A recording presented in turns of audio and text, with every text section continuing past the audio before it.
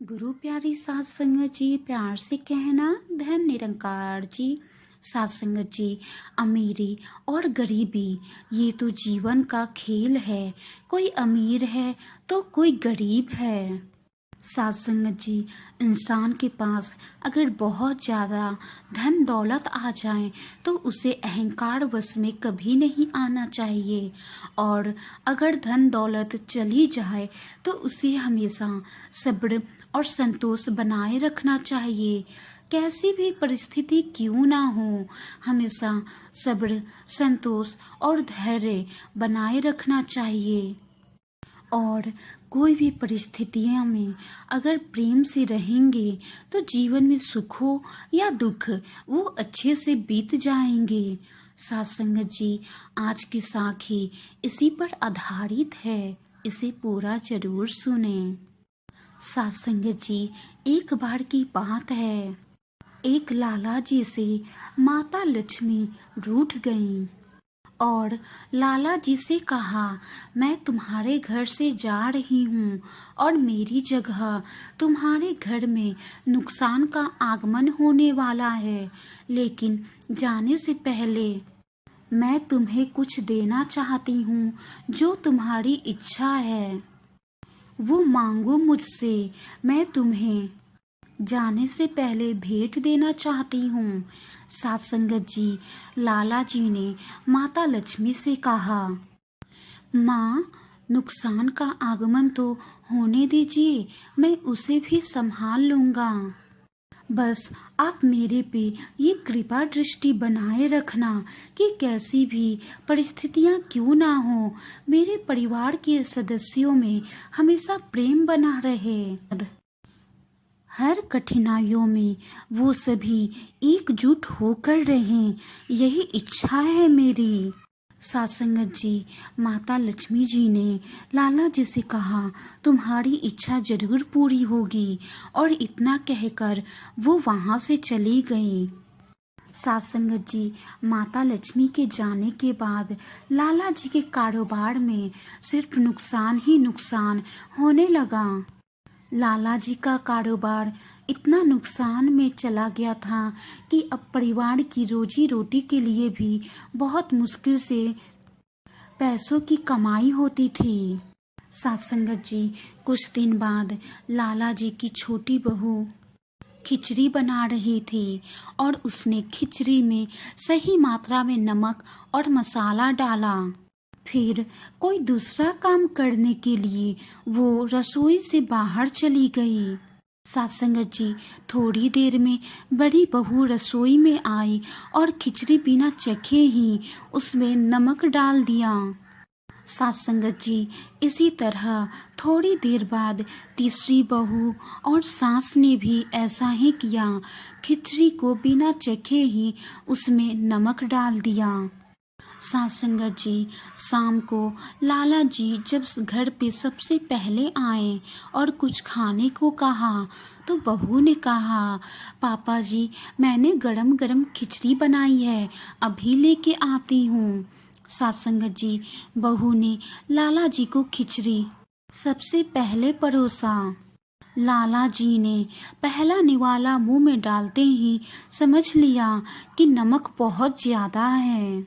सात संगत जी, लाला जी बहुत ही समझदार थे, वो समझ गए थे कि नुकसान ने कारोबार में आगमन करके अपने पैर फैलाए ही हैं, अब वो घर में भी आगमन करके अपना पैर फैला रहा है।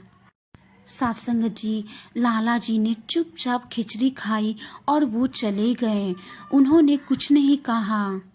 सात संगत जी, थोड़ी देर बाद बड़ा बेटा घर आया, उसने भी खिचड़ी मुंह में रखी, तभी पूछ बैठा, पिताजी ने खाना खा लिया, क्या कुछ कहा है उन्होंने? सात संगत जी, घर की सभी औरतों का उत्तर था, उन्होंने तो कुछ भी नहीं कहा। अब लाला जी के बेटे ने सोचा, जब पिताजी कुछ नहीं बोले तो मैं भी चुपचाप खा ही लेता हूँ। सासंगत जी, फिर थोड़ी देर बाद घर के दोनों छोटे बेटे घर में आए और दोनों खिचड़ी खाने बैठे।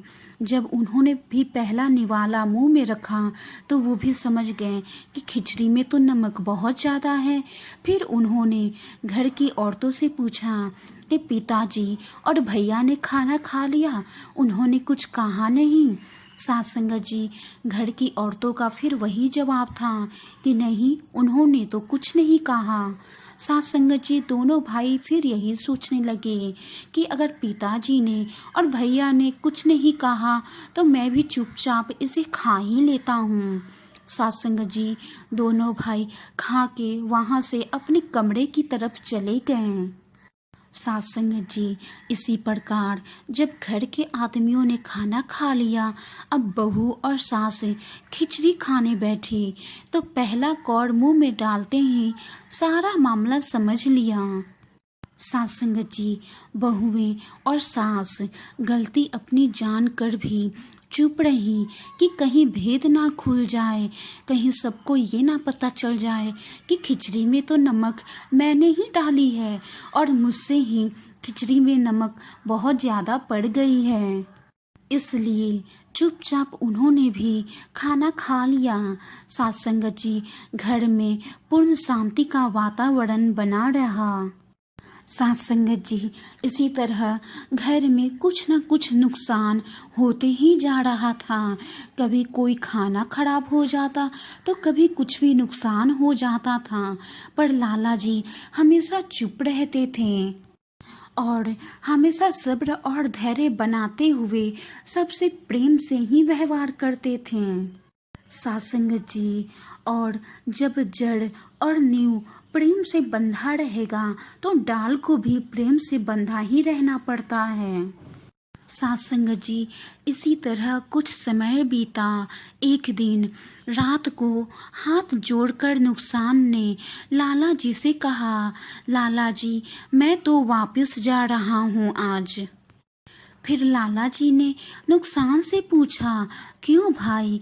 इस पर नुकसान ने कहा, आप लोग आधा किलो नमक ज़्यादा खा गए, लेकिन आपस में बिल्कुल झगड़ा नहीं किया। ऐसे घर में मेरा क्या काम? घर में कोई ना कोई चीज़ या खाना बर्बाद होती रहती थी, लेकिन फिर भी आपस में आप सब में प्रेम बना रहा।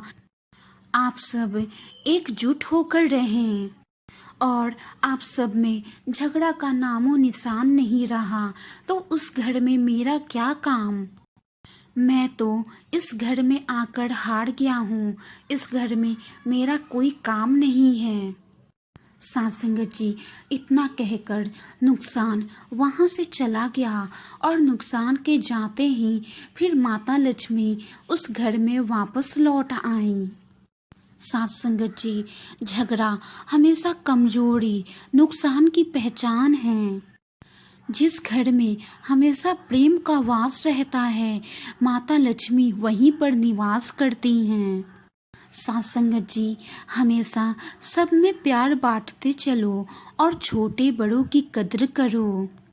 सास संगत जी, बड़े हमेशा बड़े ही रहते हैं। दौलत बड़प्पन नापने का सही पैमाना नहीं होता।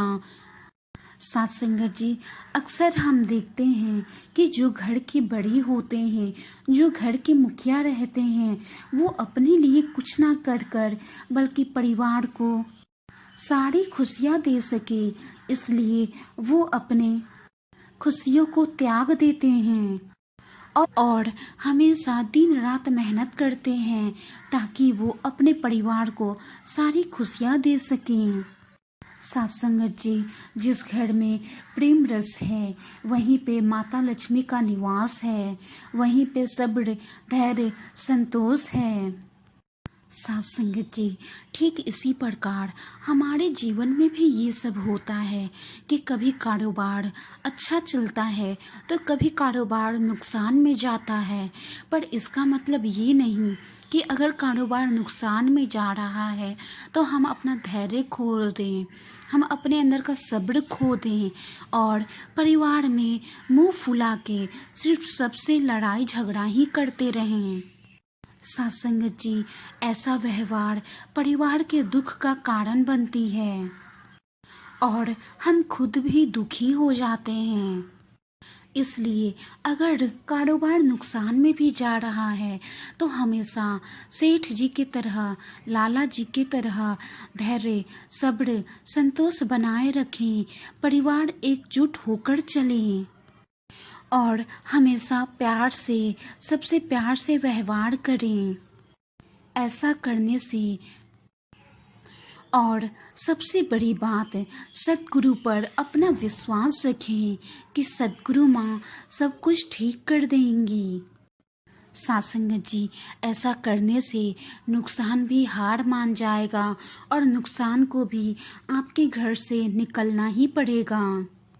सत्संगत जी, सतगुरु भी यही चाहते हैं कि हम हमेशा प्रेम की डोर में बंधे रहें, हमारे अंदर सब्र, संतोष और धैर्य रहे, हम सब एकजुट होकर रहें। फिर देखना, दुख हमें छू भी नहीं पाएगा। अगर दुख आएगा भी तो वो भी हार मान के चला जाएगा। सत्संगत जी, वाणी में कोई त्रुटि हो तो बख्श लेना जी। सत्संगत जी, दासी पर आप जी अपनी दया मेहर बनाए रखना जी और दासी को बख्श लेना। तू ही निरंकार, मैं तेरी शरणा, मैनू बख्श लो। तू ही निरंकार, मैं तेरी शरणा, मैनू बख्श लो। गुरु प्यारी साध संगत जी, प्यार से कहना, धन निरंकार जी।